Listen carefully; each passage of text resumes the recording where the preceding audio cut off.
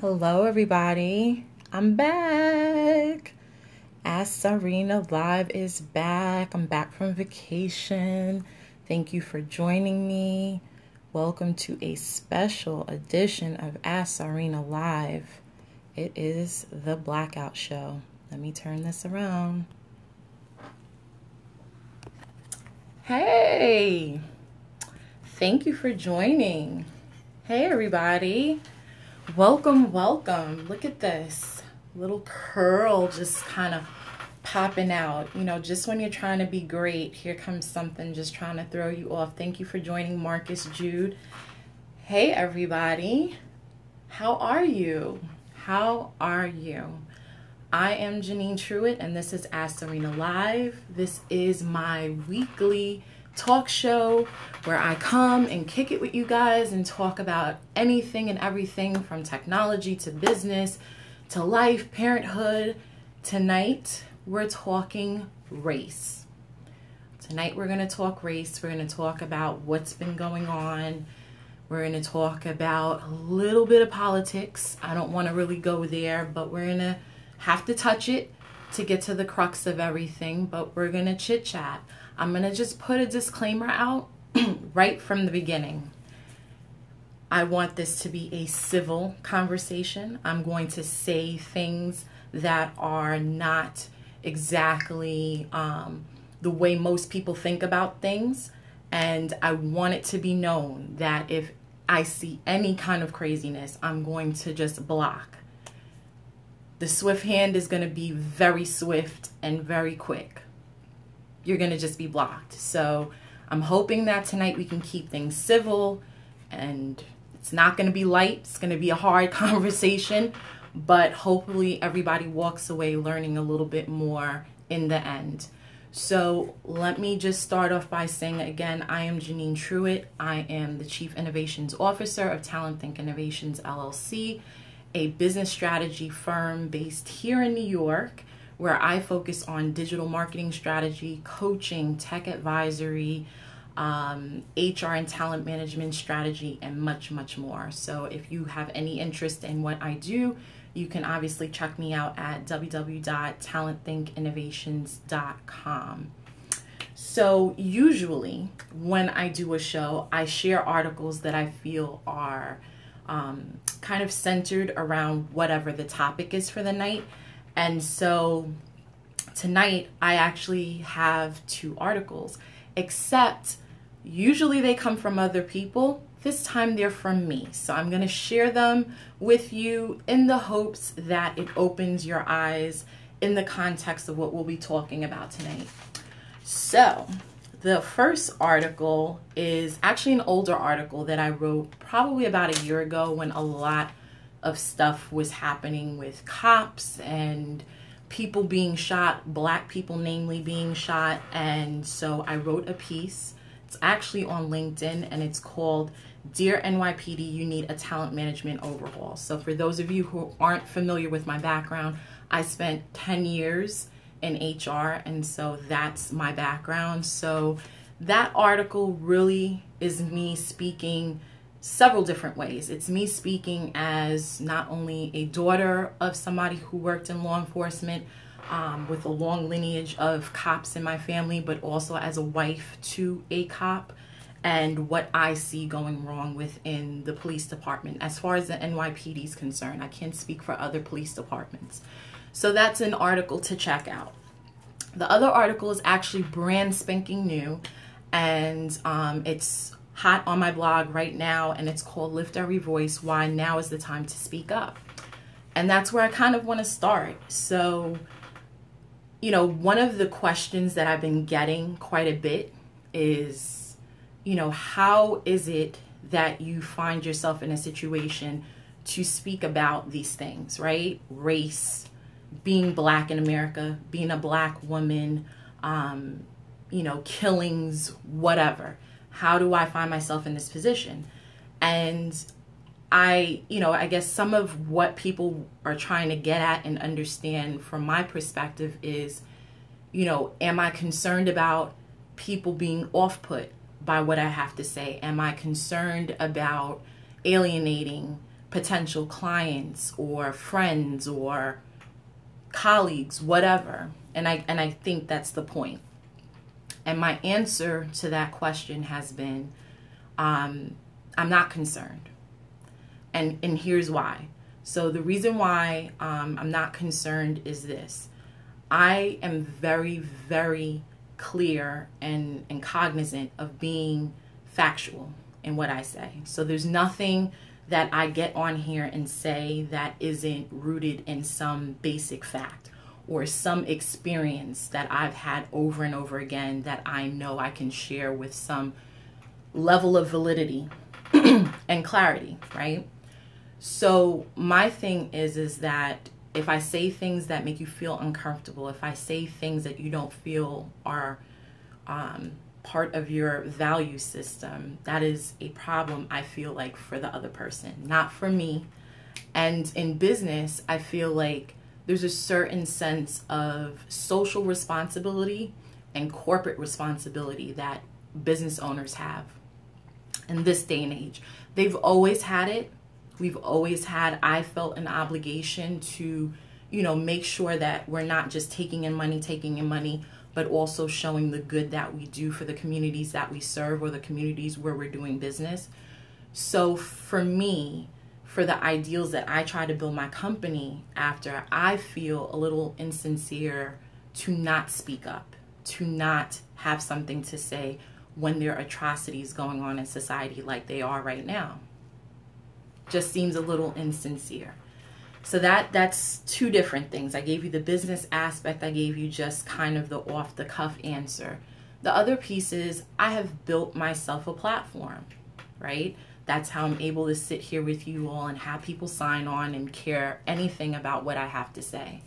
So I'm a person of influence, and I believe, and it's been said many times before, when you have influence, you have a duty. You have a duty to do the right thing, to share, to educate, to make people aware. So, I feel like I have a duty, an obligation to tackle these topics and present it in such a way that it's palatable or not for people, and that I get them to think. And that's been my goal with this show all along. And that's been my goal on my blog, and that's been my goal with my business. So this is like nothing new, is to get people to think and to be aware, because not everybody's thinking these days. I think we can all agree, based on some of the things we're seeing, whether it be in the media, online, in our personal lives, people are just not thinking. Because if they were thinking, we wouldn't have, these things going on. We wouldn't have people being killed and black men being killed in cold blood, without anybody giving a care or another thought to it. We wouldn't have people online or even in real life saying really ugly things to one another if they were taking time to really think about the impact of what they were doing, right? So in all of these regards, it's my job, my obligation. That's how I feel, is to get people to think, to be aware, to be educated, to rethink how they're doing things, right? So there's that, right? So let's get into the tough stuff, right? So I'm going to paint the picture, because those that are usual patrons to this show know that I took a bit of a hiatus. I took 2 weeks off to go on vacation with my family. We went to Arizona. Fabulous time. And then we wake up a morning and I completely had my phone off. This was my thing. I was unplugging. I didn't want to be bothered, connected. I just wanted to be, right? And I turn on my phone and my text message is like, did you hear? Did you hear? Did you hear? There was another shooting, right? So insert Alton Sterling. Nice enough guy, selling CDs, doing his thing, shot dead. Shot dead. Everybody around the situation, nobody really knows why. He carries a gun himself. Allegedly, there was a call from a homeless man that he was doing something or other. Gone, dead. Philando Castile, Minnesota, in the car. Girlfriend, her daughter. A busted taillight. Busted taillight and shot. And a trembling voice of a cop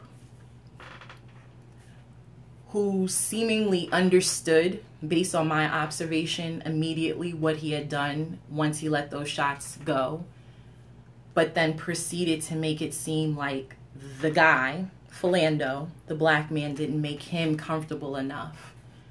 So that's what he had to do, right? Like, that's what he had to do. He had to shoot him because he was uncomfortable.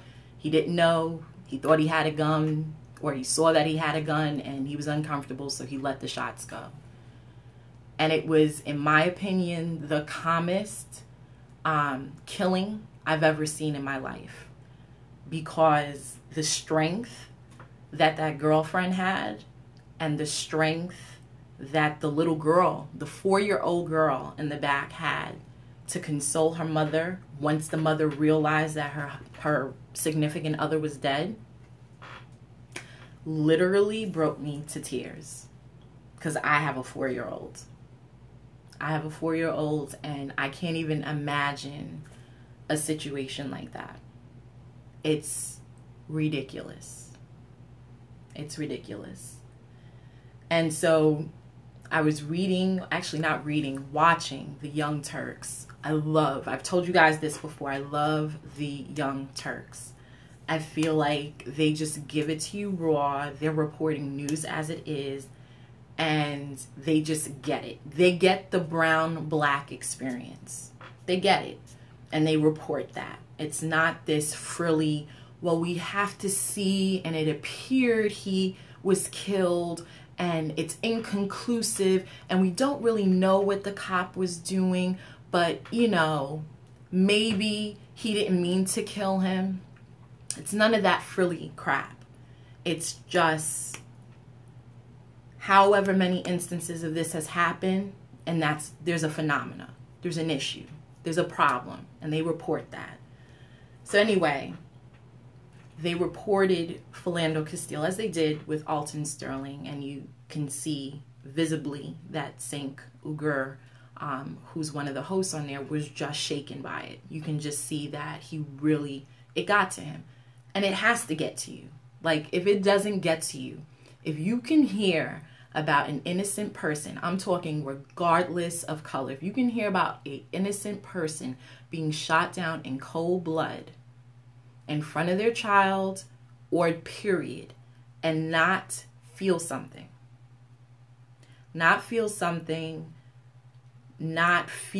a tear coming to your eye, nothing, you're a horrible person.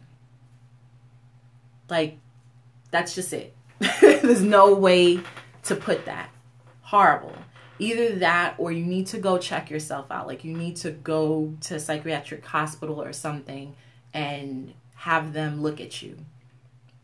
Because maybe there's a medicine, maybe there's something, a serotonin, something that can balance you out and get you back to where you can feel something. But I can tell you, as somebody who has a degree in psychology, that there's an act of feeling too much, and there's an act of the absence of feeling. And that absence of feeling is something very, very dangerous for the human being, right? So as human beings, we have to feel. From babies, from infants, from the time we leave the womb, you need touch. You need to connect with other people, right? Otherwise, we cease to thrive. So, again, for me to see grown adults speak about these young men like, oh, well, he was a thug, you know. He shouldn't have been out there selling CDs, or, oh, he was a thug, so, you know, you get what you get. You need to, you know, make sure that the officer feels comfortable in his skin when he's dealing with you. What? What are you talking about? What are you talking about? I don't begin to understand.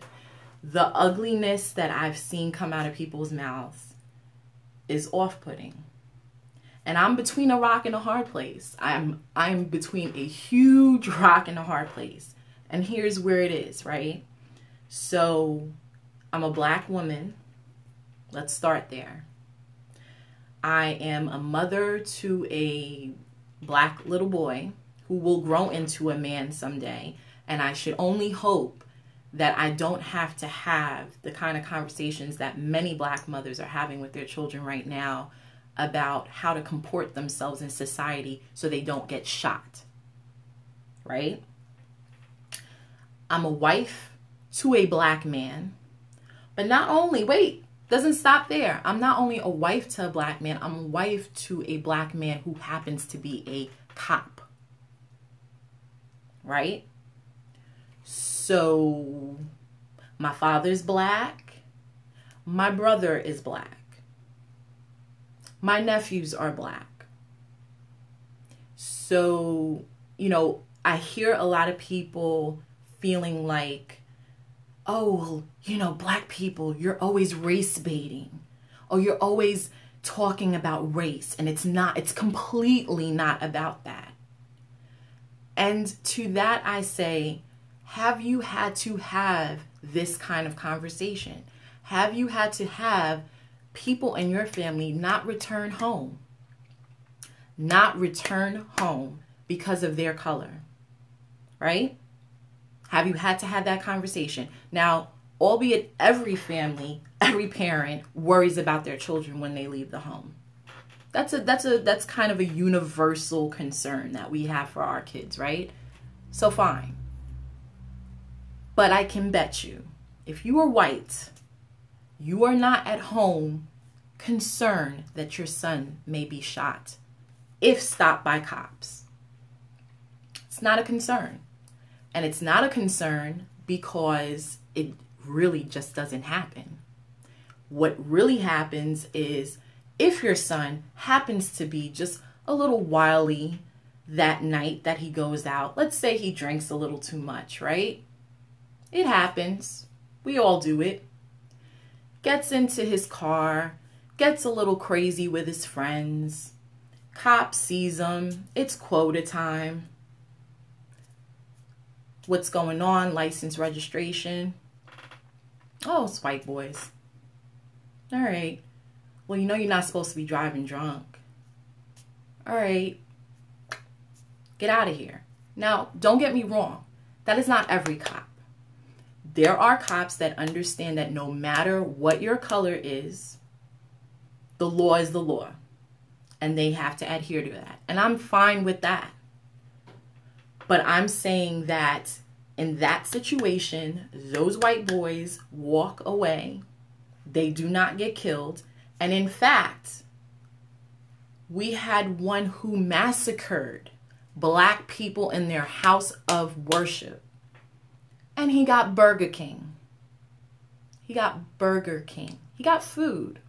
Sustenance. How courtesy? Where is the courtesy for our Black brothers? The courtesy is,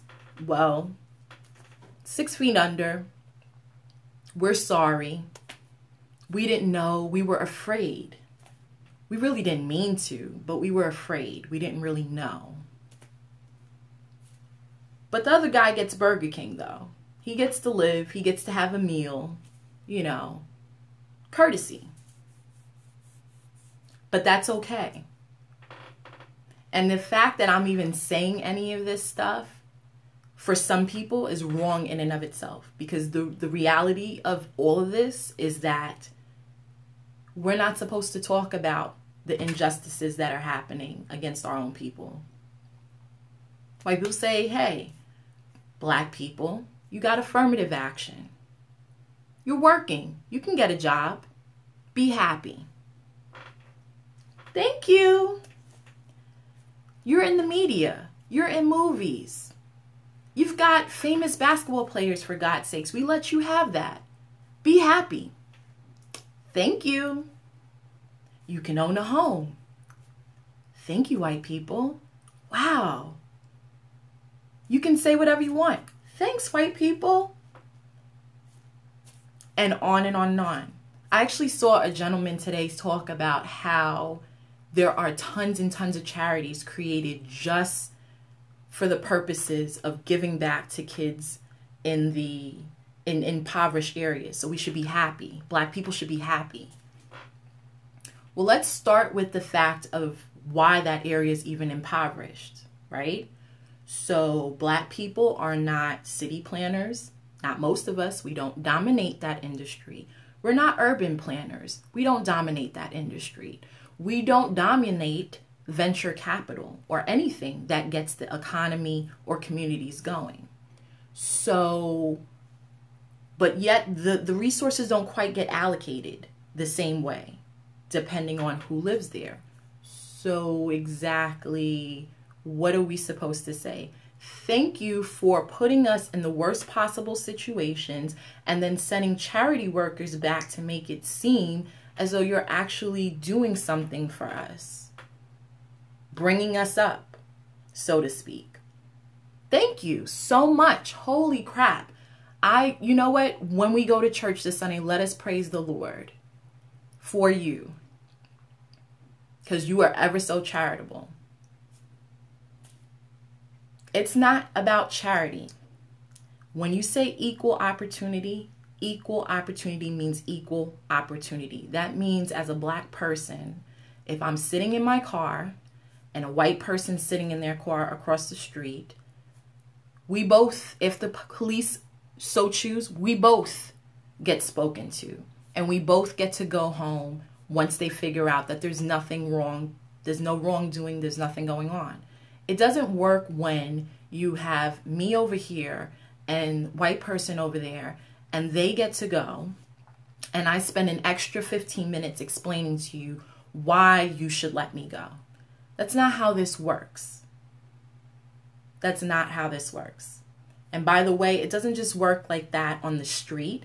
It works that way in corporate America. I know this because I worked there.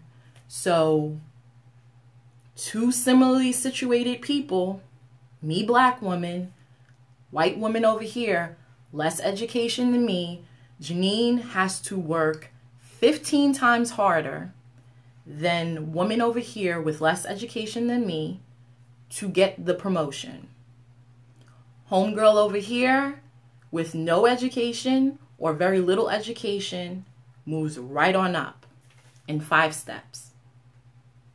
Right? So most of us have played Monopoly at least once in our life, right? If not a few times. White person gets to pass go many times. Not saying all the time, I'm saying many times. Black person, you got to go through the levels. Oh, you're doing great work, Janine. We really, really love it. Here's $1,000. White person, oh, we love your work. It's okay. It's really, really just okay. Here's $5,000. Oh, well, I did these projects for you. Let me go. Let me move up a few steps with you. Oh, we would really love to see you get there. We'd really love to see you up there with us. But you know what? We're really giving a promotion to the girl with the less education. When you see enough of that, and when I tell you, like, you're not going to come and tell me that that's not my experience, because not only is it my experience, when I thought it was just me, I spoke to other people that worked in completely different companies, and that was the exact same experience. But what people want to have us believe is that none of it is happening. So I want to know if now I'm like a brain in a vat, and somehow somebody's fooling around with the experiences that I have so that, you know, I think I'm seeing racism. I think I'm seeing Black men being killed. I think Black women are being killed. I think that 136 Black men have been killed for this year. I think. It's my perception that that's happening, but it's not really happening. Somebody said on a Facebook thread yesterday, Ferguson didn't really happen. Didn't really happen.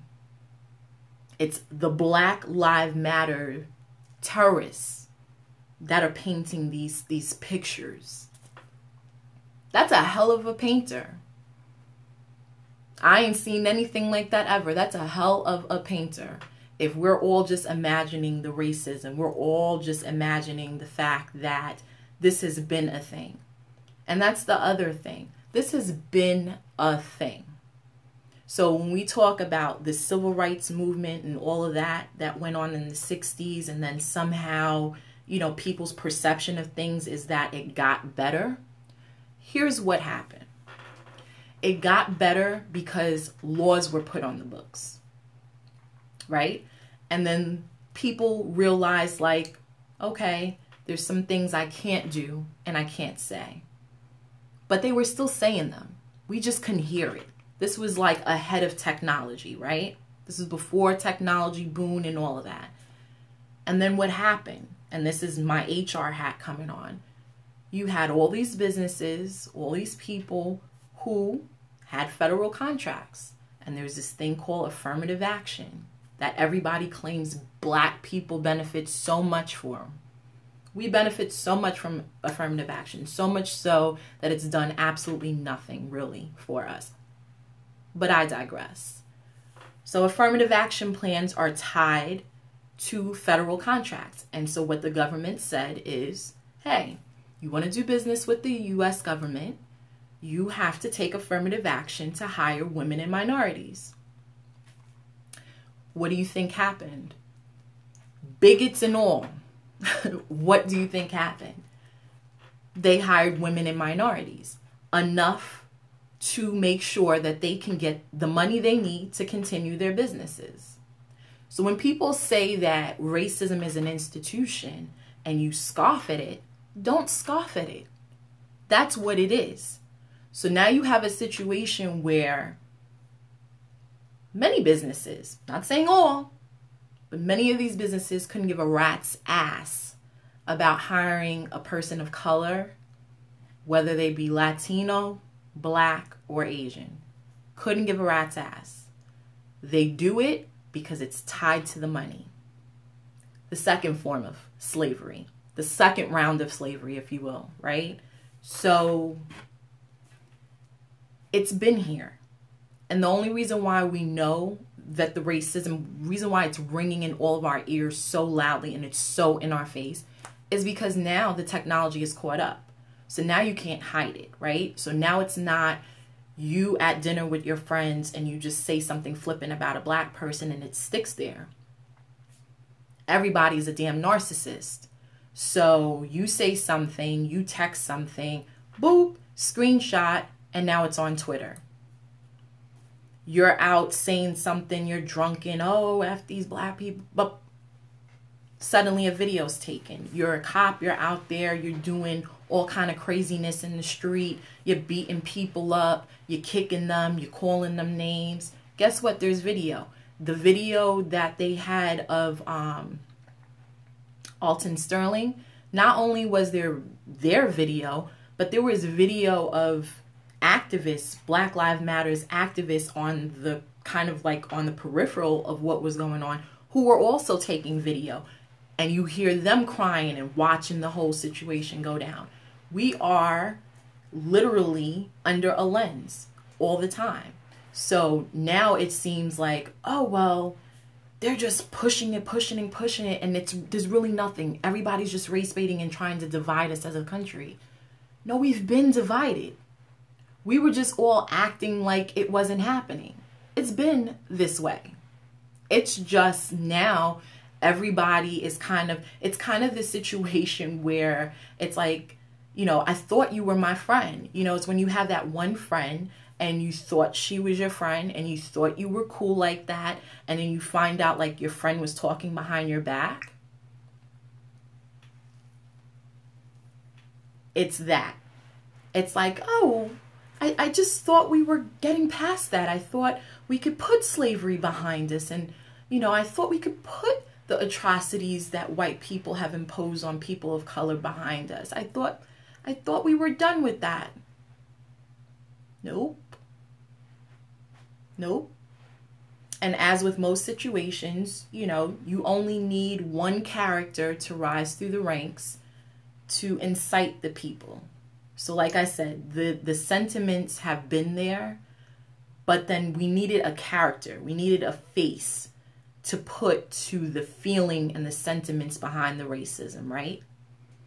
That wasn't President Obama, by the way. So there's a whole delegation that feels like it was Obama. As soon as Obama got into office, suddenly the country was divided.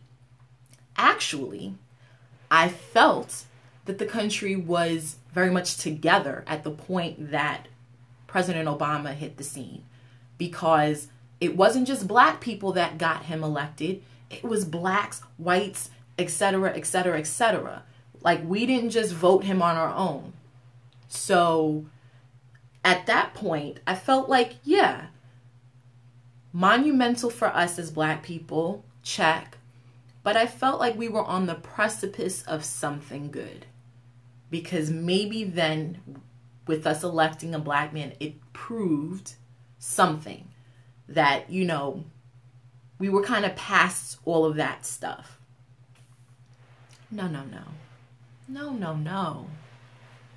And so, like I said, you need a character to hold this ugliness. It wasn't George W. either, because he's just too damn dumb, quite frankly. Like, I just don't think the guy knew what the hell he was doing. So it wasn't him, but Trump. And in comes the sociopath that just spews every damn thing that was on everybody's mind. And we've got a star. A star is born. And that's what we're seeing now. And I just find it so fascinating that it's like everybody has their different views, you know. So like, just because somebody's a Trump supporter, you know, you shouldn't condemn them. So I've felt like that in the past, right? Previous elections, I have felt like I feel a way, they may feel a way, they have a different view of how we get there, and that is okay. So I'm okay with that ideology. Here's where you lose me. You lose me when this candidate, whom some blacks, and don't get me started on that, and many whites seem to be backing, is the guy's a damn bigot. He's a bigot. And it's not just about black people. It's everything he said about anybody. Muslims, Latinos, the guy is a damn bigot. He's a sociopath. So when you say you are a Trump supporter, what does that say? How am I supposed to feel about that? Because it's kind of like, if A, then B, then I have to disassociate myself, right? So if you're a bigot, that's your candidate. I don't care what you want economically, what you want socially, etc. If you can support the ugliness that he said, there's no more conversation to be had. I am ultimately assuming you hold those same ideals. That's how that works. So everybody, let's stop with the foolishness about, oh, well, you know, you have to respect other people's opinions and how they choose to be. No. I don't have to respect somebody who wants to take citizens, people who are citizens of this country, and ship them back as though they're cargo to the countries they came from.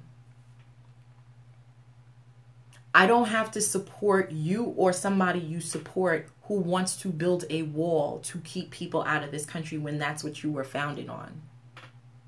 Not really sure how that works exactly.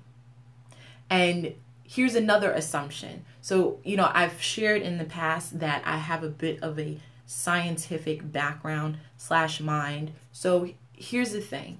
In science, we make some assumptions. And when I say assumptions, I don't mean assumptions in layman's terms. When we make assumptions based on bull. I'm talking about we make educated assumptions based on information, good information that we have about some things. When we see certain phenomena happening over and over again, we make some basic assumptions. That is how science happens, right? So you can extrapolate this to life as well. So here's where I'm going. If you can talk about wanting to build a wall for the Mexicans, if you can talk about Muslims being ostracized and extradited out of the country, as a Black person, where do you think I find myself on that continuum? I then think to myself, and one of the assumptions I tend to make is you would do the same of me. In some regard, you would do the same where I am concerned. So you may not have like mapped it out or actually verbalized like what's going to happen to Black people, because he's kind of covered all the different demographics, but like I'm going to make an educated assumption that what you're planning to do with the Mexicans, what you're planning to do with the Muslims doesn't just stop there.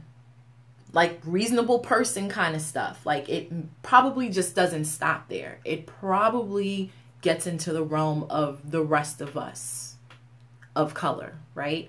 And so if that is true, coming back to the science, if that is true, then I have a problem. So this is not, Blacks pump, pump, pump, pump. No, there's a collective that this will affect. If you think differently, shame on you, right? So like, yes, right now we are focused on Black lives, but you have to look at the holistic picture and see that like, where does this all put us? I don't know what's going to happen in November. I don't know. It's not my job to predict those things. He could get in. He could not get in. Either way, I feel like we're screwed. So let's put that there. But the racism factor, the bias, the bigotry, the hate, the nastiness does not end, in my opinion. I'm having this conversation. I'm putting my thoughts out there because, again, going back to the beginning, I feel like I am in a position where it's my obligation to do so. Am I prepared to have conversations with people who want to understand? Absolutely. I welcome it. The reality of it is it doesn't really have anything to do with Black people, Latinos, or anyone else. White people. Hi. Gather your folks, because it's not all of you. Let's be fair. It's not all of you, but what I have a problem with is you not pulling up the ones who are doing the bigotry, who are being prejudiced, who are racist, and saying, this is not what this country's about. I don't agree with this. Stop this. I stand with the Black people. Why is it so damn quiet when 2, 3, 4 Black men get killed, yet France has a massacre? Everybody's got their filters up on Facebook. Pray for France. It goes like crazy. Pray for whatever. Nice. Pray. All tragedies, without a doubt. Any loss of life, tragedy. Black men, I have not seen one, maybe 2, that have said, you know what, that's effed up. And that goes for cops. Now, cops, we'll get to the rock and hard place they're in, but they have a duty too. But white people, your friend says something bigoted, snatch them up. Check it. If you truly believe that Black Lives Matter and you truly are against all of this stuff, because I hear a lot of people, it takes like one person to kind of step out of the box, and then I guess there's some people that are middle of the way that just want to stick their head in the sand and they don't want to deal with it, and it's not that they don't care, but they don't seem to be able to put the words to it, and when they put the words to it, it doesn't come out right. Fine. I'll give you all the excuses, all the scenarios in the world for why you may not be speaking up right now in defense of Black people.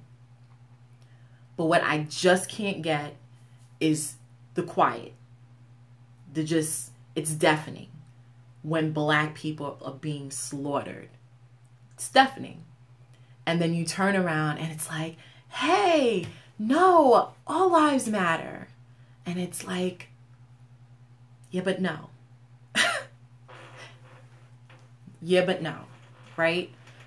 Because what you don't get when you make those assumptions and make those statements is that the all lives, which what you're really trying to say is, hey, Black people, don't say Black lives matter because we matter too. Us white people matter.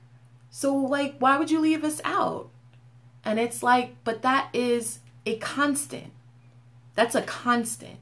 So math, those of you who are mathematic people, you know what it means to be a constant.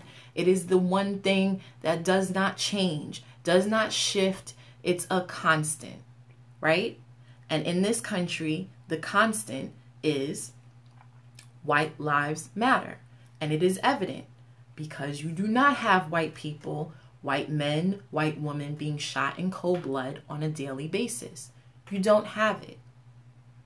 Just doesn't happen. I can assure you that if it were to happen that way, it would make for a very different experience for many people. See, we are experiential beings, so it's kind of like, oh, it happened to them. Oh my God, oh, my heart just breaks. But then you go back to your life, right? Because ultimately, it's not your son. Ultimately, it's not your husband. Ultimately, it's not your brother. It's no loved one of yours. And ultimately, you don't ever have to know what it is to walk around in this skin and have people treat you the way this country treats you. Right? So ultimately, you have no sense, no frame of reference whatsoever as to what the Black experience is. Yet, you consistently try to explain away the atrocities that Black people experience for your own benefit. Because really by doing that, it allows you to put the experience further and further away from your psyche. And putting it further and further away from your psyche allows you to self-talk to yourself that you are not a racist, when you really might be. You really just might be. So there are people who are racist through and through and through. Thanks for joining, Kimberly. I know you joined in the beginning, but thanks for rejoining. There are people that are racist through and through and through. They are unapologetic about being racist. And so there's that. But why we can't, so when people say, why is it that we can't get over this hump of where everybody's at each other's throats, and why can't the conversation move forward? It's because there's a lot of, I would say, other races that are not wanting to be counted in the whole. So, if as a white person now, you have to actually sit with yourself and review your ideals and review what's going on and think actively about what your part in it may or may not be. You may not have a part at all. You may be the greatest person ever. You may be a praying person. You may have been out there marching Black Lives Matter protests. You may work with underprivileged children. You may be the loudest person on your block when it comes to racism. It may not be you. But I'm saying that there is some level of introspection that has to go on, not with Blacks, with white people right now for us to get over the hump. And then once you do that and you kind of figure out like, maybe there's some bias I have. Maybe there are some conceptions I have that aren't exactly rooted in reality, let's just say. What do you do then, right? What you do is you seek out people to help you shift that mindset. Shift. It's called shift and growth. Shift leads to growth. I'm very introspective. So I'm constantly thinking about, okay, How did certain situations play out? You know, what was my part in it? Could I have handled that situation better? Is there something for me to learn from it? It is a very open and useful place to be as a human being, to be introspective. And so I'm not going to get on here, because that's not who I am and that's not how I operate, and say, you white people, all of you are racist, because it's simply not true. It's not true. But I do want to give the framework for what you can do for the quiet ones of the bunch who seem to not want to step up and say something, or who don't even begin to know where to start. Sit with yourself and think about what has happened and put yourself in that situation. Like, literally play it out and think about how you would feel. How would you feel? How would you feel? I'm going to name some highfalutin kinds of neighborhoods and, you know, and here in Long Island. How do you feel if you're in Garden City? Very well-to-do neighborhood, predominantly Caucasian. How do you feel if you live in that community and all of a sudden now you have law enforcement descending, and their Garden City has their own police department. Garden City police see people walking down the street and they just start shaking up people in the street and slamming them to the ground and slamming them into metal until they bleed, and asking them what they're doing there, and then not even waiting for the answer, then taking their gun out and telling them to shut up and put their head down and stop talking, and then pat, pat, pat, pat, pat. And let that happen 136 times in a given year in Garden City. Again, all mostly Caucasian. How's that going to play out? But I'll tell you what's interesting. It is perfectly okay, perfectly normal, perfectly accepted if that happens in, say, Flatbush, Brooklyn, or Hempstead, Long Island. Why? Because it's predominantly inhabited by black people. And the perception is that's what black people do. Well, they kill themselves anyway. They kill each other anyway. That's the other argument that I've heard a lot lately. You guys kill each other anyway.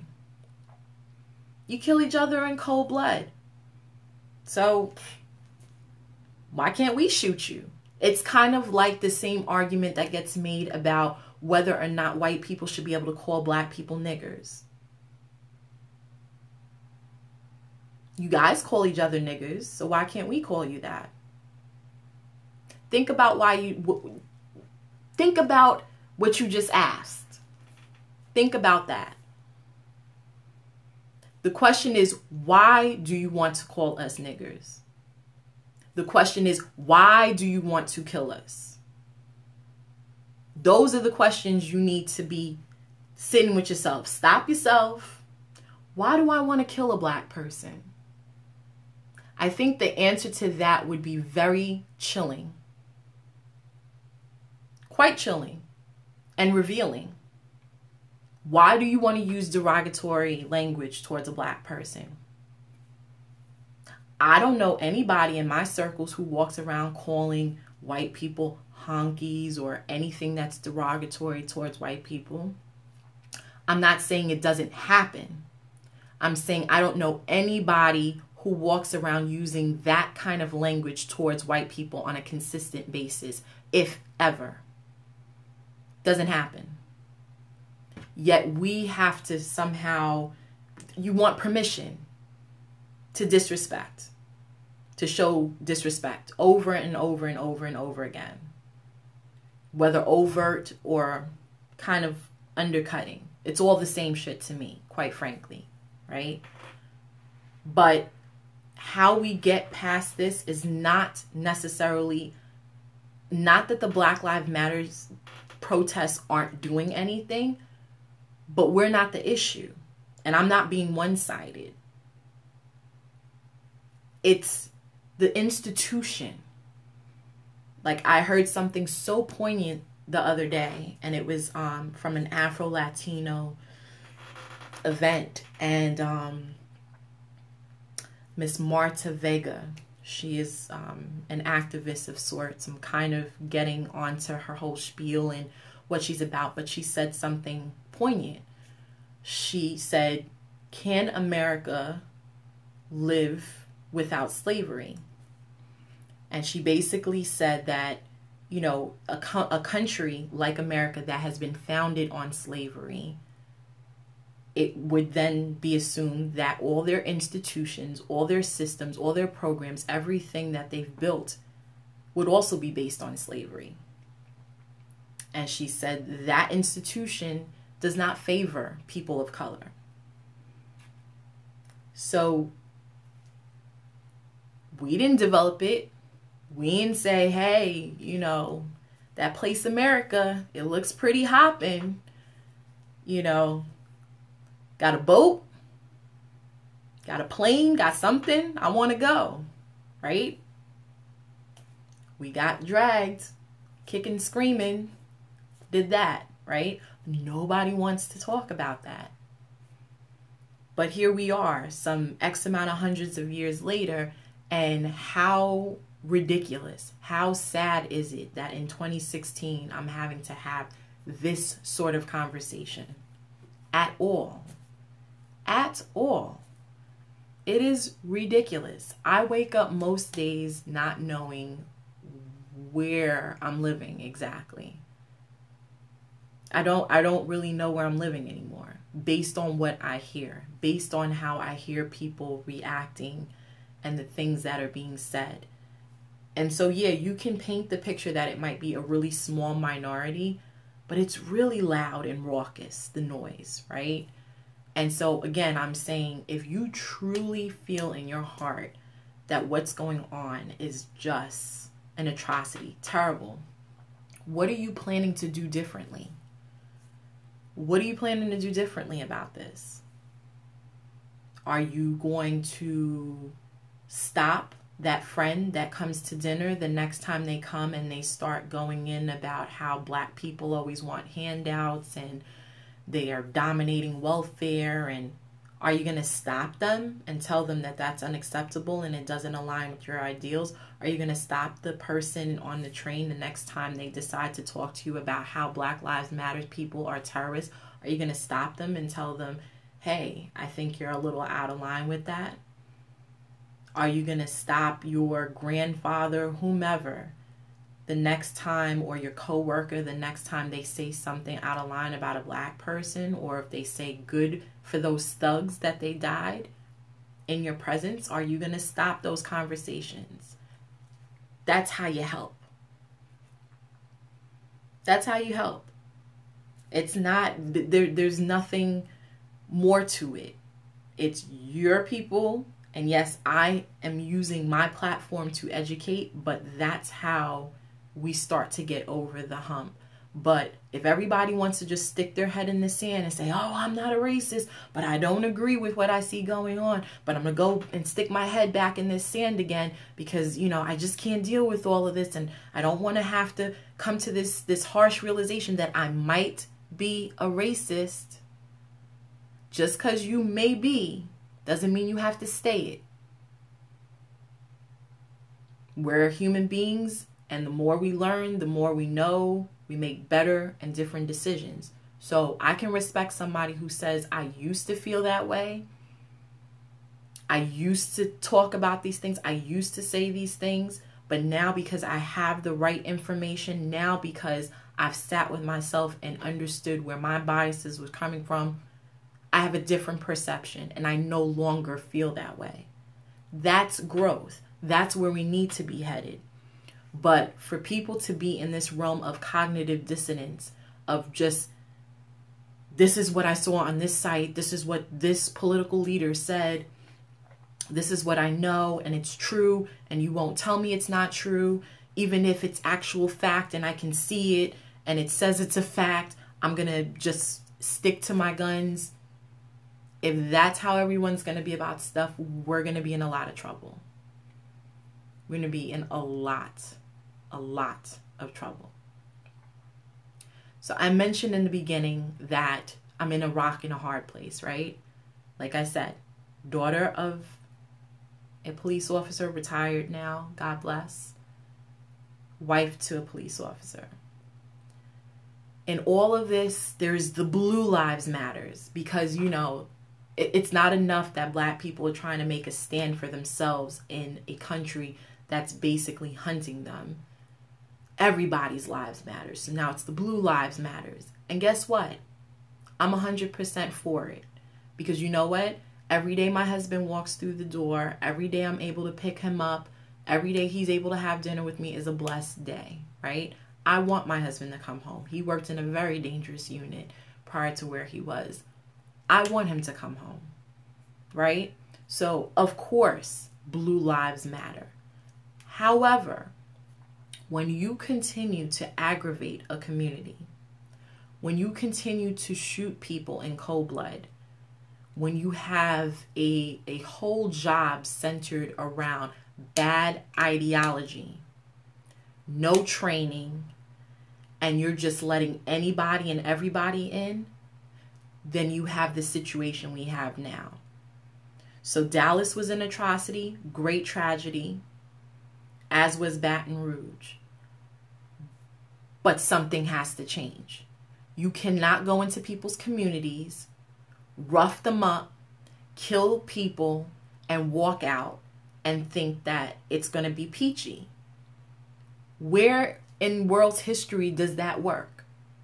That's like people being at war with one another, which we've had many wars in the history of the world, and people crossing over into someone's territory and killing, slaughtering families and leaving that territory and thinking that like nobody was left behind and now they can just go sleep easy because that person's not coming for them. Of course somebody's coming for you. Of course someone is coming for you. You think not? Now, it may not be right, and it absolutely isn't the answer. But you cannot, I'll repeat again, you cannot go into people's communities, slaughter families, destroy families, kill innocent people, and not think that there are repercussions for that. So there are some police departments that get it and understand and are dedicated to really working with the community to come up with better policies. That's a step in the right direction. The rest of you idiots who are standing by this, oh, you know, well, you don't shoot cops and police lives matters and blue lives matter and, you know, this is not the way, but you haven't yet talked about what your part in it was. I have a problem with you. I have a problem with you. You are putting these guys' lives in danger. It has nothing to do with the cops. All these cops that died, good guys. Good guys. But because somebody's sitting up in the rafters in their little ivory office and they're coming up with all these lofty policies and they have no idea what they're doing and they don't even really care because at the root of it, again, is money. People lost their lives. People lost their lives. So it's your fault. Not the cops' fault. You administrators, you police commissioners, you mayors, all of you who contribute to the ideology that is embedded in these law enforcement agencies, that you deploy these cops and you put pressure on these cops and put them in situations and put them in neighborhoods that they have no idea how to interact with the community, that they go in there like military rather than partners with the community and start killing people rather than anything else.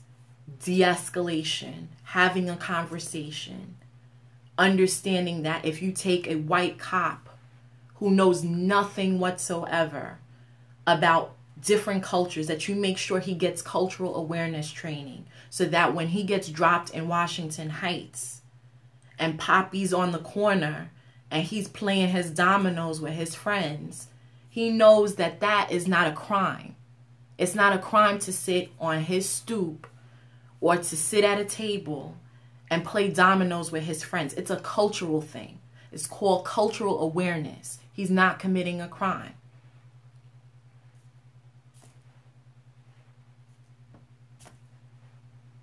You don't just go into Washington Heights and see Poppy playing dominoes and say, hey, what are you doing? Oh, I'm playing dominoes. No, you're not. Get up. Put your hands behind your back. Don't struggle. Well, what did I do, officer? Don't struggle. Pop, pop, pop. That's how you do business? So it's a wake-up call. Training, cultural awareness. Stop putting pressure on these cops. Stop putting the wrong cops on the street to do the things that are happening. And nobody's even talked about like what it's got to be like for you to not only be a cop, but be a black cop. Do you know the hell? Do you know the hell? Because now, not only are you part of the family of cops who seem to be killing people in cold blood, but now you happen to be black. So now the streets are looking at you crazy, like even more so than the white guy. Like, wow, you actually are working a job and profiting off of something that's killing your people? How you think that bodes for people like my husband or his friends on the job? But nobody talks about those things. That's a rock and a hard place. How do you collect money, a check, with a smile, with a department, wherever it may be, knowing that that department has a history of killing your people in cold blood? Where's the honor? How do you feel honorable about that? Right? But you do your job. You smile. You keep it. You're docile. Don't say anything about it. Don't talk about it because, you know, you're one of the brethren. You can't speak against the institution. You know, you got to stick together. Even if we're wrong, we're right. In the public side, we got to stick together. You need to start being wrong a little bit more. Admit the fact that you're doing it. Admit the fact that some of these cops made grave mistakes, intentionally in some cases did this, and it was wrong. How infuriating it's been to watch certain programs and watch, you know, these so-called cop experts get on TV and they're like, hey, you know, what do you think about the situation with Alton Sterling? You know, what could he have done differently there? Oh, well, you know, we don't really have all the facts, or, you know, we don't really know what happened, but, you know, it appears that it may have been a misunderstanding or racially motivated. I mean, we don't have all the answers. What answers do you need when you see somebody killed? What answers do you need when you see a man being choked, like Eric Gardner? Choked to death, just 'cause. What does it appear? Again, the brain, the vat, somebody's manipulating our impressions, our perceptions. We're not seeing what we're seeing. Nobody can just say that is wrong. I'm a law enforcement cop. I've done my job this way for 20, 30 years. That is not how I've ever handled anything. In that situation, that cop is wrong. That's it. He was wrong. The department needs to help. I am dedicated to helping the department do better. Done. Say it. It was it was racism. Nobody wants to say it, which is the very same reason why I already know people think I'm crazy for doing this kind of show, which is the reason why I already know there'll be a certain amount of people who won't watch my show because it's like, let me put my blinders out because I just don't want to deal with these situations. Yet it's here. It's palpable. It is here. Let us say hello to the elephant in the room. Racism's here, people. Let's stop it. So, yeah, I'm not concerned about who's going to take it wrong. Nothing I said here tonight isn't anything you can't stomach or ingest or understand that this is what it is. This is what we're dealing with. And the question is, how do we move forward? How do we change it? How do we make it better? How do we make it so that Black people like myself don't feel like prisoners in their own country where they work and pay friggin' taxes? That's really what it is. So when I hear Paul Ryan say, you know, we want Congress is dedicated to make sure every citizen feels respected and cared for and loved in this country, how? How? Show me how. And I'll wait and I'll see. I have no judgment. Let me see. Let me see. But we have a very, very serious issue on our hands here. And I really just couldn't let the opportunity pass not to address it. I hope that what I shared was helpful. I hope it educates. I hope it opens up people's eyes. I hope it gets people to think. And this is me doing my part. And I do more, you know, like it doesn't stop here. I'll do more as the opportunities present themselves, but I had to say something. You know, what a burden it is to bear, to be a Black woman and have to remain mute in my own corner, carrying the burden of my people being hunted and not be able to say something about it because it makes white people uncomfortable, and I'm not even going to, and other Black people who also want to stick their heads in the sand feel uncomfortable because they don't want to anger white people. So it's like, what are you doing? Don't do that. Don't you want friends? Don't you want people to? No. Done making you feel comfortable, right? I have no hate in my heart for anybody at all. But there comes a point when you see things happen over and over again and you think you can move. A friend of mine put it so well on Instagram. You think you can move past it. Like you think you can move past each one. You know what I mean? Like Trayvon happened and you thought you can move past it. Eric Gardner happened. You thought you can move past it. You know, Michael Brown, all these people. You just, Sandra Bland, you just thought you can move past it. And then another one happens and you come right back. It brings you, you know, it all comes swarming back. And it just is terrible. And like I said, what a burden to bear to have to sit in this skin and not say how I truly feel and keep up appearances. Who should have to live like that? Who? Not me. So again, pardon me if you are off put by anything I said, but I'm not sorry. It's how I feel. Again, I shared nothing that wasn't factual. And again, my hope was to share, to educate, to open awareness, to open dialogue, and to be very clear about where I stand on all of this. So there you go. And on that note, I'm going to end it. Thank you very much to those of you that joined in. Kimberly, thank you. You hung in there all the way to the end. There were a ton of people that jumped on that I've never seen. Thank you so much. Thank you to my replay viewers. I will be back next week as per usual. It will not be heavy like this. We will have fun. It'll be another topic. You know, but sometimes we've got to get serious and we've got to deal with business, right? So tonight is us dealing with business, but I'll be back here next week and we'll chit chat, we'll have fun. And again, I hope this was helpful. I hope that it helps. I hope that I did my part in the right way.